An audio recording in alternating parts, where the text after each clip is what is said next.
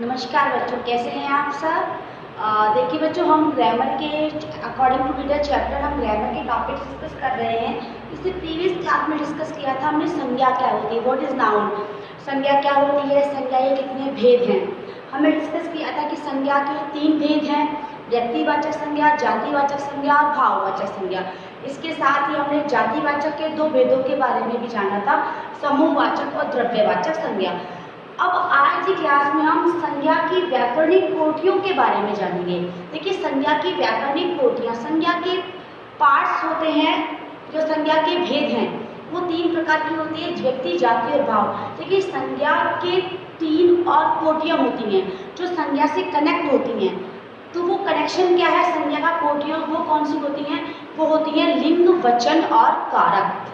संज्ञा की 3 व्याकरणिक कोटियाँ हैं बच्चों, लिंग, वचन और कारक। अगर आपसे कोई पूछे संज्ञा की कितनी व्याकरणिक कोटियाँ हैं तो आप बताएंगे 3 व्याकरणिक कोटियाँ हैं, लिंग, वचन और कारक। तो आज की क्लास में हम संज्ञा की पहली जो कोटि है लिंग, उसके बारे में डिस्कस करेंगे। व्हाट इज जेंडर, लिंग क्या है? तो देखिए बच्चों, संज्ञा शब्द के जिस रूप से यह पता चले कि जो संज्ञा शब्द आपको दिया गया है, व्यक्ति, जाति या भाव में, द्रव्य में या समूह में जो शब्द आपको दिया गया है वह पुरुष वर्ग का है या स्त्री वर्ग का। यानी जो शब्द आपको दिया गया है वो पुरुष वर्ग का है या स्त्री वर्ग का, वह डिसाइड करेगा व्याकरण में कि उस रूप को कहते हैं हम लिंग। यानी ग्रामेटिकल पोर्शन में संज्ञा के उस रूप को हम क्या कहते हैं? लिंग कहते हैं। समझ में आ रही मेरी बात? यानी जो आपकी संज्ञा है वह संज्ञा शब्द किस वर्ग में आता है? पुरुष वर्ग में आता है तो वो पुल्लिंग होता है, और स्त्री वर्ग में आता है तो वो स्त्रीलिंग होता है। वैसे तो हर भाषा में लिंगों की अलग अलग प्रकार होते हैं। जैसे संस्कृत में 3 लिंग होते हैं, पुल्लिंग, स्त्रीलिंग और नपुंसकलिंग। लेकिन हिंदी में हमारे सिर्फ और सिर्फ 2 लिंग होते हैं, पुल्लिंग और स्त्रीलिंग। पुल्लिंग का मतलब होता है पुरुष वर्ग, पुल्लिंग का मतलब क्या होता है बच्चों? पुरुष वर्ग। और स्त्रीलिंग का मतलब होता है स्त्री वर्ग। अब आप कहेंगे हमें पता कैसे चले कि कौन सा शब्द किस वर्ग में आएगा? तो उसकी पहचान करने के लिए हमें अपनी मातृभाषा को स्ट्रॉन्ग करना होता है। जैसे हमारी मातृभाषा है, हमें क्या होता है कई बार तो पता चल जाता है शब्द को देख कर कि स्त्रीलिंग में आएगा या पुल्लिंग में। अगर आपसे कोई कहे सीता या रमा या सुनीता या मेरे नाम में लेख क्षमा, तो क्लियर बात है कि स्त्रीलिंग होगा। लेकिन आपसे कोई कहे रमेश, राम, सुरेश, महेश, घनश्याम, तो वो किसके नाम होंगे? पुल्लिंग के नाम होंगे। तो ये तो हमारे नॉर्मल आईक्यू लेवल पे बेस्ड है कि स्त्रीलिंग में आएगा या पुल्लिंग में आएगा। लेकिन कुछ शब्द ऐसे होते हैं जिनको हम फाइंड आउट नहीं कर पाते हैं। तो स्त्रीलिंग से पुल्लिंग और पुल्लिंग से स्त्रीलिंग में कन्वर्ट कैसे करने होते हैं, ये सब कुछ हम आज की क्लास में ही डिस्कस करेंगे। तो पहली बात आपको क्लियर हुई कि संज्ञा के जिस रूप से आपको ये पता चले कि संज्ञा का जो रूप आप लिखने वाले हैं या समझने वाले हैं वह पुरुष वर्ग का है या स्त्री वर्ग का, वो होता है, वह जो आपको ज्ञान करवाता है वो शब्द है आपका लिंग। अब आप देखिए लिंग कितने प्रकार का होता है? लिंग 2 प्रकार का होता है बच्चों, पुल्लिंग और स्त्रीलिंग। पुल्लिंग अर्थात पुरुष वर्ग, स्त्रीलिंग अर्थात स्त्री वर्ग। अब देखिए संज्ञा शब्दों का लिंग निर्धारण कैसे होता है। देखिए ध्यान रखिए, लिंग किसका गुण है? लिंग संज्ञा का गुण होता है। लिंग किसका गुण होता है? संज्ञा का गुण। क्योंकि संज्ञा शब्दों की बात कर रहे हैं हम, तो लिंग किसका गुण होता है बच्चों?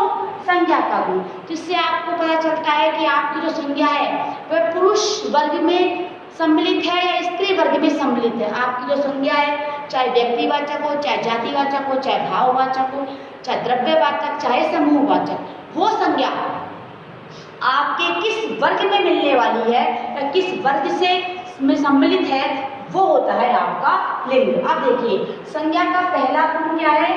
लिंग क्या है? संज्ञा का गुण होता है।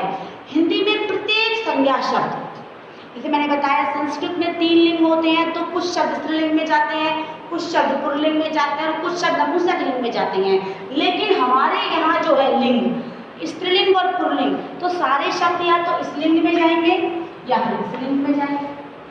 नपुंसकलिंग का ऑप्शन तो हमारे पास है ही नहीं, तो तो या तो हम पुल्लिंग में अपने शब्दों को लिखेंगे या फिर स्त्रीलिंग में लिखेंगे। तो किस लिंग में लिखते हैं ये देखिए। जैसे कुछ शब्दों का तो लिंग निर्धारण बहुत इजी होता है, जैसे दादा पुल्लिंग, दादी स्त्रीलिंग, मामा पुल्लिंग, मामी स्त्रीलिंग। लेकिन कुछ शब्दों का लिंग निर्धारण बहुत मुश्किल होता है, जैसे मगरमच्छ। तो क्या मगरमच्छ का लिंग निर्धारण में आप बताइए पुरुष है या स्त्री है? आपको मगरमच्छ दिया तो आपको उसका पुल्लिंग बनाना है या स्त्रीलिंग बनाना है, ये बताइए। पहले तो आपको यही नहीं पता कि ये लिंग है खुद मगरमच्छ जो वर्ड आपको दिया गया है वो किस लिंग का है, तभी तो आपको दूसरे लिंग में कन्वर्ट करोगे। तो देखिए मगरमच्छ का लिंग नर मगरमच्छ और मादा मगरमच्छ होता है। अगर आपको सिर्फ मगरमच्छ लिख कर दे और आपको नर या मादा ना दे तो वो नर मगरमच्छ होगा, आपको वहाँ मादा मगरमच्छ लिखना है। मगरमच्छ का मगरमच्छी नहीं लिखना। जैसे मान लीजिए छिपकली लिखा हुआ है तो नर या मादा लिखा हुआ है तब तो आपको पहचानना बहुत आसान है कि आपने नर लिखा हुआ है तो आपने मादा छिपकली लिख दिया, मादा लिखा और नर छिपकली लिख दिया। लेकिन सिर्फ छिपकली लिखा हुआ है तो बहुत ईजी है कि वो नर है। आपको लिखना है कन्वर्शन में क्या लिखना है, कन्वर्ट करते वक्त मादा छिपकली ना कि छिपकला। समझ रहे हैं आप? कौवा का कोई या कौवा नहीं, नर कौवा या मादा कौवा। तो कुछ के लिंग निर्धारण तो बहुत आसानी से पहचान लेते हैं हम हमारी मातृभाषा के अकॉर्डिंग, लेकिन कुछ का हम नहीं पहचान पाते। तो ऐसे शब्दों में हम नर और मादा का प्रयोग करते हैं। नर या मादा, नर कौवा या मादा कौवा, नर मगरमच्छ या मादा मगरमच्छ, नर छिपकली या मादा छिपकली, नर गिलहरी या मादा गिलहरी। समझ में आ रही है? इस तरह। इसके बाद है हमारा थर्ड, कुछ निर्जीव वस्तुएं होती हैं। निर्जीव वस्तुएं जैसे मान लीजिए टेबल है, पुस्तक है, पंखा है, लाइट है। अब इनका लिंग निर्धारण कैसे करेंगे? ये बात तो एकदम क्लियर है, या तो पुल्लिंग में आएंगे या स्त्रीलिंग में आएंगे। ये बात कॉन्सेप्ट तो क्लियर है ना आपका कि या तो पुल्लिंग में आएगा या स्त्रीलिंग में आएगा। अब पंखा किस लिंग में आएगा? तो देखिए पंखा बंद कर दो या पंखा बंद कर दी, ऐसे नहीं होता। पंखा चलता है या पंखा चलती है? पंखा चलता है। किताब, ये पुस्तक, पुस्तक किस लिंग में आती है? स्त्रीलिंग में। पंखा किस में आता है? पुल्लिंग में। टेबल मेज किस पे आती है? स्त्रीलिंग में। समझ आ रही बात? तो कुछ चीजों के लिंग निर्धारण हम क्रिया के आधार पर करते हैं, कुछ चीजों के लिंग निर्धारण हम विशेषण के आधार पर करते हैं। कुछ देखो, एक टॉपिक ये है संज्ञा का गुण होता है, दूसरा नर या मादा होती है। नॉर्मल तो आप ऐसा ही लेंगे, कोई दिक्कत नहीं है। तीसरा इसका वो होता है कि आपको क्रिया के आधार पर भी पहचानना पड़ता है कई बार कि आपका जो संज्ञा शब्द है वो नर है या मादा, स्त्रीलिंग है या पुल्लिंग। और कई बार आपको पहचानना पड़ता है विशेषण के आधार पर। इसके आधार पर, विशेषण के आधार पर। तो समझ में आया? क्रिया के आधार पर देखिए, दरवाजा खुल गया या दरवाजा खुल गई।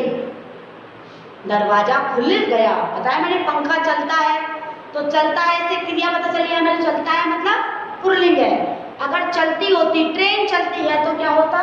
स्त्रीलिंग होता। गाड़ी चलती है, स्त्रीलिंग। स्कूटर चलता है, पुल्लिंग। समझ आ रही है? कब चलता है, कब चलती है लिखना है हमें, ये हमें पहचानना है इस तरीके से कि क्रिया के आधार पर। कई बार हम पहचानते हैं विशेषण के आधार पर। तब कैसे पहचानते हैं? देखिए, दरवाजा कैसा है? बड़ा है। दरवाजा कैसा है? छोटा है, तो भी पुल्लिंग में आएगा ना। दरवाजा खुल रहा था तब भी पुल्लिंग में आया था। और दरवाजा बड़ा या छोटी है। संदूक छोटी है, संदूक बड़ी है। मतलब आ रहा है? संदूक छोटी और बड़ी मतलब स्त्रीलिंग। जैसे मान लीजिए खिड़की, खिड़की छोटी है, खिड़की लंबी है, खिड़की ऊंची है, खिड़की नीची है, तो क्या हुआ? खिड़की क्या हुआ? स्त्रीलिंग। जैसे मान लीजिए दीवार, दीवार सफेद है, दीवार काली है, दीवार लाल है, दीवार क्या है हमारी? स्त्रीलिंग। मान लीजिए चाय, चाय मीठी है, चाय खराब हो गई है, चाय अच्छी नहीं है, तो चाय क्या है हमारी? स्त्रीलिंग। तो हमारी स्त्रीलिंग और पुल्लिंग हमने नर और मादा के अकॉर्डिंग तय किए। स्त्रीलिंग पुल्लिंग हमने क्रिया के आधार पर तय किए। क्योंकि जब स्त्रीलिंग और पुल्लिंग आइडेंटिफाई ना कर पाए तो हमें क्रिया का सहारा लेना पड़ता है, हमें कभी कभी विशेषणों का सहारा भी लेना पड़ता है। अब देखिए संज्ञा शब्दों का लिंग परिवर्तन हम कैसे करते हैं। कुछ संज्ञा शब्दों का लिंग परिवर्तन हम कैसे करते हैं, कुछ संज्ञा शब्दों का लिंग परिवर्तन हम कैसे करते हैं। देखिए जैसे कुछ में हम जोड़ते हैं क्या, ई जोड़ते हैं, लड़का का लड़की, मामा का मामी, चाचा का चाची, नाना का नानी, पापा का पापी, पापा का मम्मी। ठीक है, तो कुछ का लिंग निर्धारण हम ई जोड़कर करते हैं, कुछ का लिंग निर्धारण या जोड़कर करते हैं। बूढ़ा का बुढ़िया, समझ रहे हैं, लोटा का लुटिया, बूढ़ा का बुढ़िया, लोटा का लुटिया, चूहा का चूहिया, गुड्डा का गुड़िया। कुछ का लिंग निर्धारण हम करते हैं आने लगाकर, जैसे बहू का भवानी, जेठ का जेठानी, देवर का देवरानी, आने लगाया। कुछ का लगाते हैं हम आइन, क्या लगाते हैं, आइन। पंडित का पंडिताइन, मुखिया का मुखियाइन, हलवाई का हलवाइन, चौबे का चौबाइन, लाला का ललाइन। ठीक है, कुछ का करते हैं हम नी शब्द जोड़कर, ये जो लिखी हुई यहाँ पे, इनको जोड़कर हम लिंग परिवर्तन करते हैं पुल्लिंग से स्त्रीलिंग में। पंडित, देखिए राक्षस का राक्षसनी, सिंह का सिंगनी, ऊंट का ऊंटनी, हाथी का हथनी, भील का भीलनी, जाट का जाटनी, नी लगाकर किया।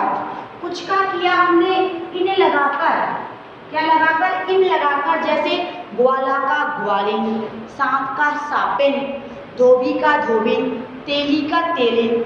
और कुछ का किया हमने इनी, इनी किसका लगाते हैं, तपस्वी का तपस्विनी, आज्ञाकारी क्या आज्ञाकारिणी, हंस का हंसिनी। कुछ का लगाते हैं हम इका, लेखक का लेखिका, प्रेषक का प्रेषिका, संयोजक का संयोजिका, शिक्षक का शिक्षिका। इसी में हम लगाते हैं वती या मति। देखिए मति और वती, और किसी में लगाते हैं हम वान का वती होता है, मान का मति होता है। जैसे बुद्धिमान का बुद्धिमती, गुणवान का गुणवती, धनवान का धनवती। तो वान का वती और मान का मति। कुछ में हम लगाते हैं आ में क्या लगाते हैं, देखिए आ लगाते हैं अध्यक्ष का अध्यक्षा, पूज्य का पूज्या, प्रियतम का प्रियतमा, आचार्य का आचार्य। कुछ में लगाते हैं हम प्री प्रत्यय जोड़कर, प्री मतलब कर्ता का कर्त्री, विधाता का विधात्री, रचयिता का रचयित्री। कुछ शब्दों में हम नर और मादा का प्रयोग करके भी लिंग परिवर्तन करते हैं। देखिए लिंग परिवर्तन के जो नियम है ना, वो इतने टफ नहीं है। मूल क्या होता है, जैसे किसी में देखिए मूल शब्दों को स्त्रीलिंग से जोड़ना, मौसा का मौसी, बहन का बहनोई, ये तो आप सब जानते हैं। भिन्न रूप वाले मियाँ का बीबी, फूफा का फूफी, पापा का मम्मी, ये तो नॉर्मल चीजें हैं। ठीक है ना, तो आपको कितने नियम बताए अभी भी। पहली बात संज्ञा का वह शब्द जिससे आपको पता चले कि जो शब्द संज्ञा का आपके सामने है वह पुरुष वर्ग का है या स्त्री वर्ग का। व्याकरण में इस रूप को लिंग कहते हैं। क्लियर, समझ में आया। दूसरा, लिंग के दो प्रकार होते हैं। कितने होते हैं, दो प्रकार, पुल्लिंग और स्त्रीलिंग। इसका सीधा सा मतलब है कि हिंदी भाषा में, हमारी हिंदी व्याकरण में या हिंदी भाषा में जितने भी शब्द होंगे वो या तो स्त्रीलिंग में जाएंगे या पुल्लिंग में जाएंगे, अर्थात या तो स्त्री वर्ग से कनेक्ट होंगे या पुरुष वर्ग से कनेक्ट होंगे। बात क्लियर हुई। अब देखिए, लिंग जो है हमारी संज्ञा का मेन गुण होता है। लिंग से ही पता चलता है कि संज्ञा क्या है। ठीक है, लिंग में हम नर और मादा का प्रयोग करते हैं, बताया था मैंने। कुछ शब्दों का लिंग निर्धारण नहीं होता।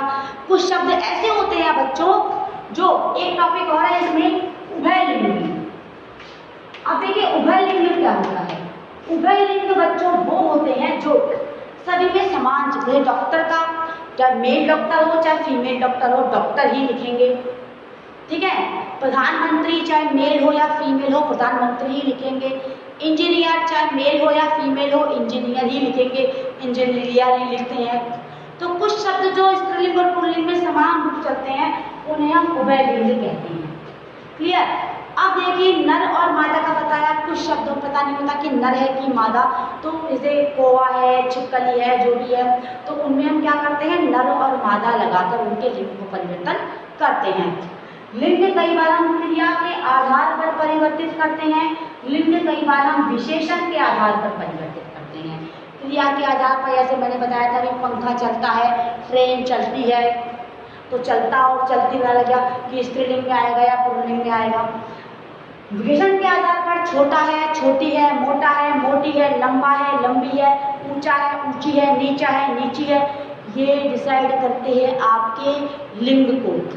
ये विशेषण शब्द डिसाइड करते हैं आपके शब्द के लिंग को, कि जिस शब्द के बारे में आप बात कर रहे हैं उस शब्द के विशेषण के आधार पर आप फाइंड आउट कर सकते हैं कि वो शब्द जो आप बता रहे हैं वो स्त्रीलिंग का है या पुल्लिंग का है। ठीक है। कुछ शब्द आपके होते हैं उभयलिंगी, तो स्त्रीलिंग और पुल्लिंग दोनों में समान रूप से चलते हैं, ना तो उनमें नर और मादा का यूज होता है, ना ही उनमें इनमें से क्रिया विशेषण का यूज होता है। प्रधानमंत्री हुआ, आपके राष्ट्रपति हुआ, इंजीनियर हुआ, समझ रहे हैं आप, वो सब कुछ। अब देखिए स्त्रीलिंग से पुल्लिंग से स्त्रीलिंग में कन्वर्ट करने के लिए कई बार आप बड़ी ई का प्रयोग करते हैं, कई बार आप इया का प्रयोग करते हैं, लड़का का लड़की, बूढ़ा का बुढ़िया, आनी का प्रयोग करते हैं, आइन का प्रयोग करते हैं, बड़ी डी का प्रयोग करते हैं, इनका, इनी का, ईका का, वानवती, मानवती, आका और त्रिका।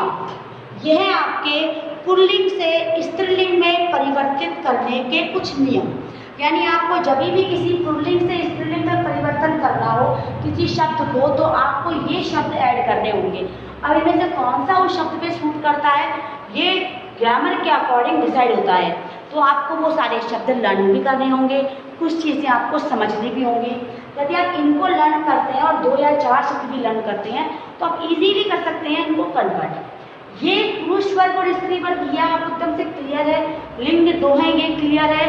कोई भी शब्द होगा या तो संज्ञा के गुण के अकॉर्डिंग अपने आप लिंग परिवर्तन अपने करेगा, मेरा लिंग कौन सा है, नहीं बताएगा तो नर और मादा लगा के पता लगा लेंगे हम कि इसका लिंग कौन सा है। वस्तुओं के लिंग हम क्रिया के आधार पर और विशेषण के आधार पर पता लगाते हैं। उभयलिंग आप जानते हैं दोनों में समान रूप चलता है।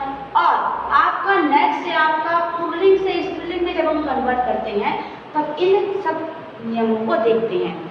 तो आज की क्लास में जो मैंने लिंग वाला टॉपिक डिस्कस किया है संज्ञा की व्याकरणिक कॉपियों में, हम इसको आप ढंग से पढ़ें, देखें और इसका PDF जो मैं आपको सेंड करूँगी उसको अपनी कॉपी में होमवर्क के तौर पर नोट डाउन करें। आज की क्लास में इतना ही बच्चों, thank you, have a nice day.